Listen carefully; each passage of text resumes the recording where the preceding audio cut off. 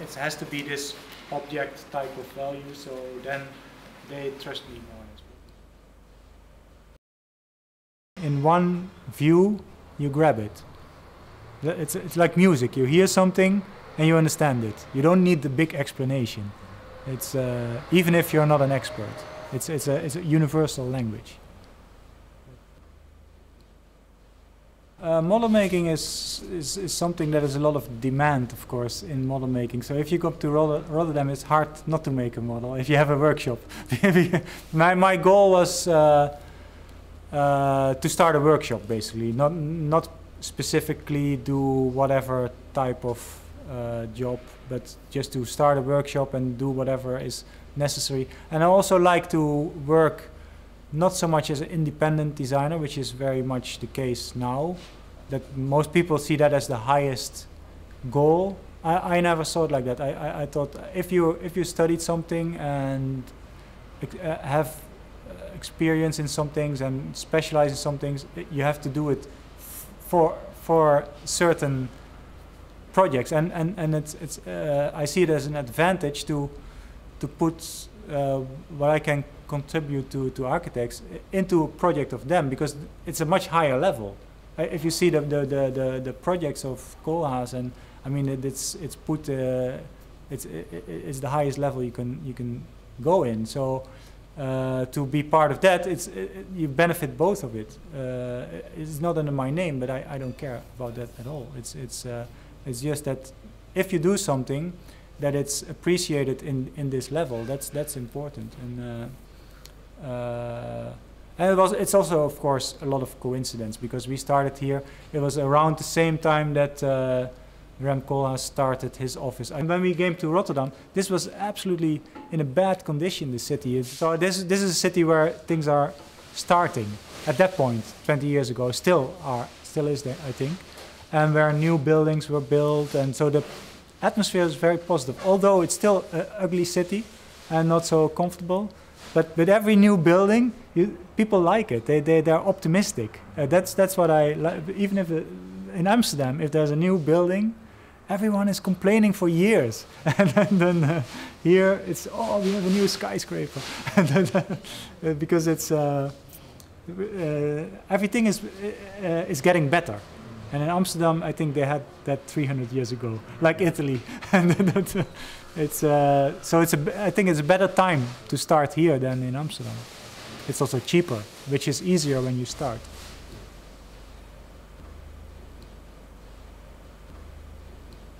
My education was more technical. It was really more industrial design.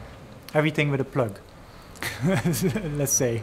So appliances and that kind of thing, and techniques and injection molding and those kind of thing, which I never liked. I don't like these things. So my escape was a bit to play with materials and do experiments, and my teachers didn't understand it. Every time they said, "Shouldn't you go to art school? That's better for you." But then I said, "No, it's not in my system to change school. I felt I can finish it, but not do exactly what is part of the school, and just take, in that respect, a bit of a risk." And my result was not very much appreciated at that time. But it's more the approach of the teachers was completely different. They changed the system into all the teachers became freelance, so they had their own practice and teach for 1 day or 2 days. Where my teachers, they were full-time teachers and had their practice somewhere in the 60s or 50s, and not very modern, new approach, which is okay. I think I never had a problem with that. It's just that they were not so flexible to accept different things. And then when the whole field of industrial design has been shrunken, I think, especially in Holland. I mean, it still exists, but Philips, where they had, this was the big company in Eindhoven, that's where they founded, and that's also, they founded the school somewhere in the 50s. They disappeared completely. Instead of, I remember on excursions there were like factories of designers, 300 designers designing a television next to each other. And now you don't see that anymore. This doesn't exist. So the whole field of design, it still exists, but not on that scale. And maybe more even in Asia now than here.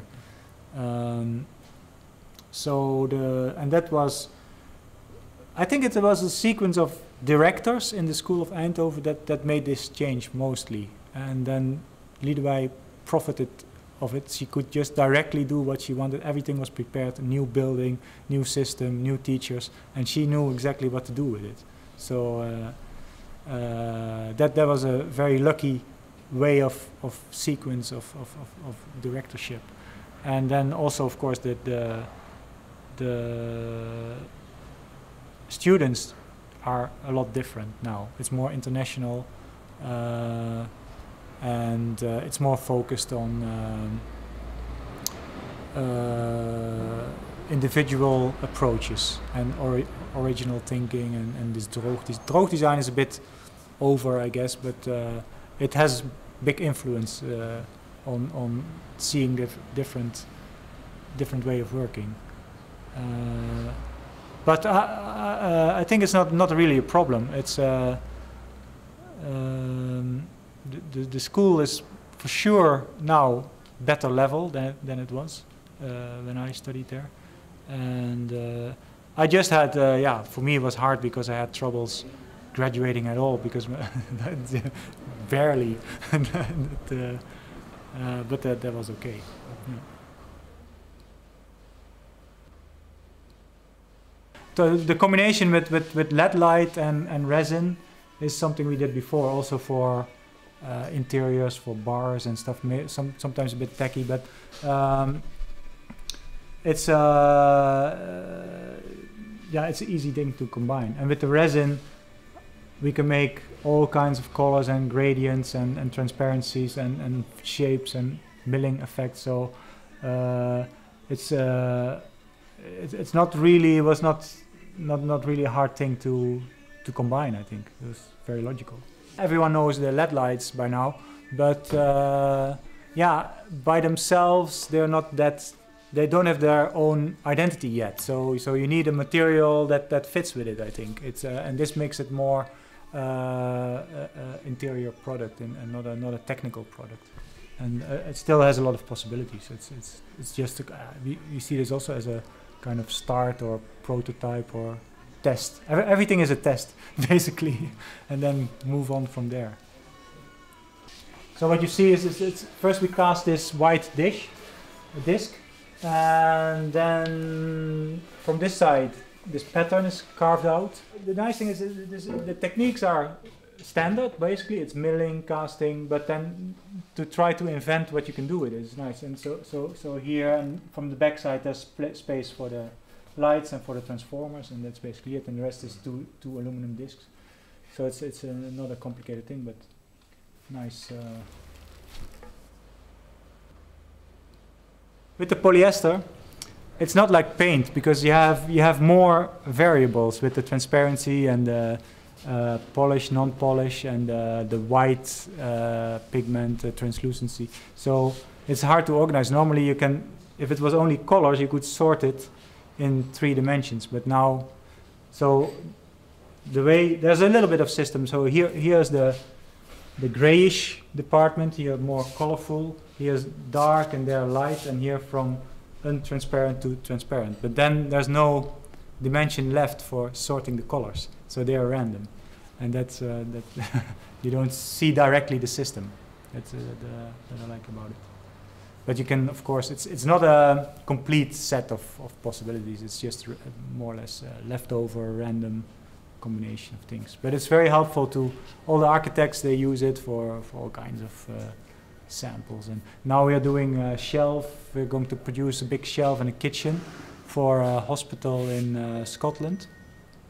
And they want to have it also out of resin. It's a bit strange because it comes from the model making, but now it's, in a few occasions it's scaled up to real size, and it's not easy to make the big plates, and it's expensive, and but sometimes it's we do that kind of work. So next week I think we start with 3,000 kilos of resin to cast plates, and like it will be a lot. The way it's casted, it's in these very simple molds.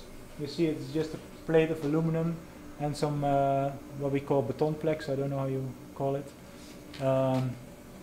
This is kind of what they use for concrete casting. You see also you cast something, it's quite rough, it shrinks a lot, so you have not a lot of control over the sharpness of the shape. So it all has to be cut and planed and later. So it's, you start rough, you make your rough material, a bit like wood. You start with a big piece of wood and chop it down and glue it and use it. Only in this case you can create your own material. But if you make it very complicated, it's almost impossible. But these simple blocks is, and there's a limit of thickness you can make, because it produces heat, and the heat cannot escape. So if it's too thick, it will burn or burst or something happens. I think this material has never been really used industrially. It's because it's not injection molding or something. You have to mix it and cast it to component. It's like boat making and epoxy and that kind of thing. It's but what I like about it, you can machine it and make things that look perfectly straight and shiny, and furniture pieces and everything. But at the same time, make your own material and colors and this is just with colors, but you could also, of course, mix stuff in, and so we tried over the time many things. So yeah, this is a nice space to just all the pigments, and it's very simple. You don't need a lot. There are a lot of small things, but not complicated things. It's very simple. So I never make a lot of detail. It's more volume and effect and colors, and it's more that I try to see what they are working on, and where the importance of the project goes. Because I see it as a sketch more than if you try to show everything, then it doesn't communicate. It's like a technical drawing. There you need to see everything because you have to construct it. But this is more, you could say it's more like a painting. If you paint a tree, you don't paint all the leaves. you paint the tree as a whole, and that's what you do with a building too. I see it as a sketch, but then in materials, so that you look at it and you know what you're looking at, and instead of only an impressive, complicated thing that is only for experts to understand. So it's a communication thing. That's the thing you always have to remember. A model is all about communication. It has to explain something.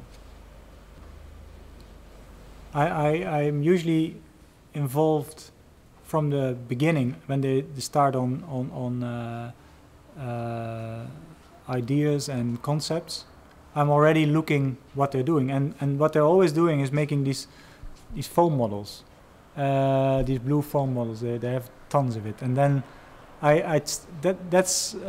I can see what it's going to be, because it's also volumes, and I can directly relate to that, and it's not that I direct anything in it, but I can pick out things that are interesting and talk about it. And also you see where we do this library inside here, there's this little foam model, so I pick it out.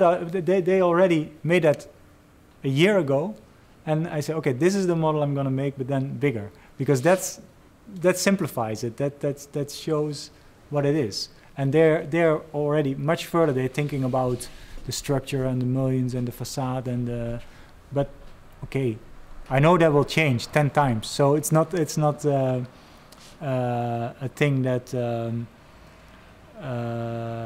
is important to represent exactly. But here, really interesting things happen. Each cut is different. Here it's round. Here's so. Then once you have this, then then you see, okay, you have to develop these 4 corners, and you have to develop this public space, which is already, of course, focused in the process of the design that this should be the main space. But if you close it off with a facade or with all floors, if you make 4 floors here, you don't realize that this is a public space anymore. So you have to divide it in solid and open, and to keep this diagram, let's say, and that's what architects often forget, because they have too much information. They know everything about the building, and I don't even want to know it. And that's not because I'm lazy, but because it's too much. And so this will be, if we are able to represent this in a bigger scale in resin, with some nice visual effects, then it works. The strange thing is that every time that something new appears, people seem to be thinking that this is going to replace everything else. That's not true. That you can know already. I mean, when the computer was introduced, the prediction was we don't need books anymore, and paper even less. But it's of course never happened. And with 3D printing, I cannot imagine that it will happen with 3D printing. Maybe I'm old-fashioned, but it's not. I'm totally not against it. I see a lot of nice possibilities, and whatever is good to do, it's nice. But in terms of materiality, and there's a long way to go to get anything nice out of it. Even in terms of plastic, or let's say ceramic, there exist already printers that couldn't do clay and stuff, but then you still have to fire it. So you have the same real problems that we had before, like with shrinking and deforming. So there's a lot of things that in the material world always will stay. Some things are not controlled by processes with computers, and it's a bit I think a mistake from now, that people, for instance, my students, they also think that everything is on Google. No, I'm sure not everything is on Google, and there's so many. Sometimes I get these kind of questions, like there's so many different materials and so many new plastics, and so can you tell me which one is as hard as steel? No, there isn't. It's plastic, you know. Yeah, but there are thousands of types. There must be one that does what I want, and but so there's a too much optimism about what can be do new techniques and new. It cannot do everything, but it can add a lot, of course.